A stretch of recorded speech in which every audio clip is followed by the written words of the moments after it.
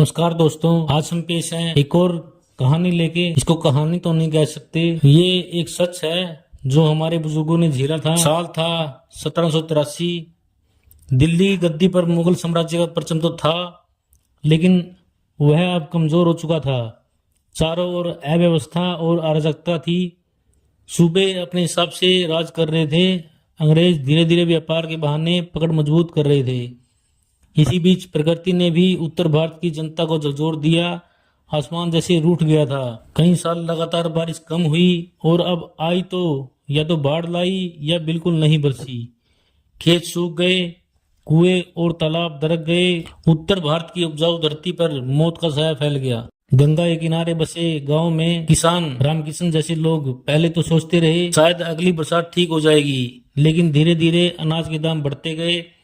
पहले 1 रुपए से भरपूर चावल मिलता था, अब उसी रुपए में मुट्ठी पर दाना भी नहीं आता था। रामकिशन की पत्नी गंगा रोज बच्चों को डांट समझाती, कल कुछ इंतजाम हो जाएगा, पर अगला दिन और भयानक साबित होता। गांव के चौपाल पर लोग कहते, यह तो भगवान का कोप है, हमें हवन पूजा करवानी चाहिए। कुछ कहते, नहीं, यह बादशाह की लापरवाही है। लोगों की आंखों में डर और भूख दोनों दिखाई देने लगे। धीरे धीरे चूल्हे ठंडे पड़ गए, बच्चों के पेट फूलने लगे, उनकी आंखों की चमक गायब हो गई। औरतें भूख सहकर भी अपने बच्चों को आखिरी कोर देती। रामकिशन का बेटा मोहन अक्सर कहता, बाबा मुझे रोटी चाहिए, लेकिन घर में रोटी कहाँ से आती। रामकिशन चुप हो जाता, बस बेटे को गोद में उठाकर उसके आंसू पहुंचता। गांव के कई परिवार अपने गहने और मवेशी बेच चुके थे, लेकिन जब कुछ भी ना बचा तो भूखे लोग पेड़ की छाल और पत्ते, जंगली घास खाने लगे। कुछ परिवार गांव छोड़कर शहरों की ओर भागे, लेकिन वहां भी हालात बदतर थे।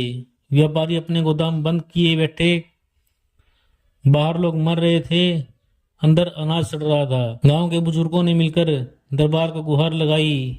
वे दिल्ली और लखनऊ तक पहुंचे, लेकिन सत्ता के गलियारों में बैठे लोग उनकी तिजोरी में सोना चांदी गिन रहे थे। किसानों की गुहार अनसुनी रह गई। कुछ बहादुरों ने तय किया कि अगर अनाज नहीं मिला तो हम गोदाम तोड़ देंगे। रात के अंधेरे में रामकिशन और गांव के कई लोग अनाज के भंडार की तरफ बढ़े। दिल धड़क रहा था, आंखों में बच्चों की भूख की तस्वीर थी, लेकिन जैसे उन्होंने ताला तोड़ने की कोशिश की, सिपाहियों ने तलवारें और बंदूकें तान दी। रुको, पीछे हटो।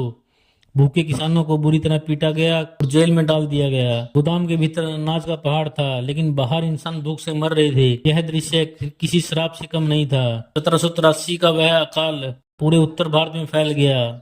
दिल्ली, पंजाब, गंगा यमुना के दोआब, राजस्थान और अवध इसकी चपेट में आ गए। लाखों लोग भूख और बीमारी से मर गए। सड़कें और गलियां लाशों से भर गई। गिद्ध आसमान में मंडराते, कुत्ते और लकड़बग्गे लाश नोचते। रामकिशन की पत्नी गंगा भी भूख और बुखार से दम तोड़ गई। अब उसके पास सिर्फ बेटा मोहन था। वह उसे किसी तरह जिंदा रखना चाहता था। कभी जड़ी बूटियां खोजता, कभी भीख मांगता, लेकिन एक दिन मोहन की सांसें भी थम गई। रामकिशन की आंखें सूनी हो गई। उसने आकाश की ओर देखते हुए कहा, यह अकाल नहीं, यह अन्याय है। अगर राज जनता को पेट भर अन्न भी नहीं दे सके तो ऐसे राज को मिट जाना चाहिए। तभी विद्रोह की चिंगारी भड़की।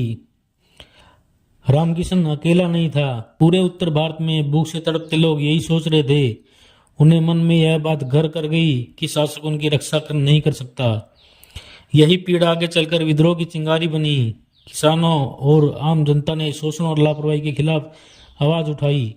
इन संघर्षों ने आने वाले समय में अंग्रेजी हुकूमत और देसी रजवाड़े दोनों को चुनौती दी।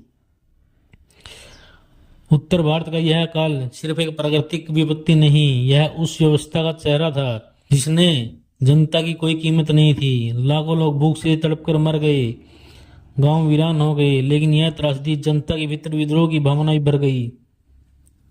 यह इतिहास हमें यह सिखाता है कि भूखे पेट इंसान चुप नहीं रह सकता। जब तक अन्याय और लापरवाही रहेगी, जनता कभी न कभी उठ खड़ी होगी। इसलिए उत्तर भारत का काल सिर्फ एक त्रासदी नहीं, बल्कि बदलाव की शुरुआत भी था।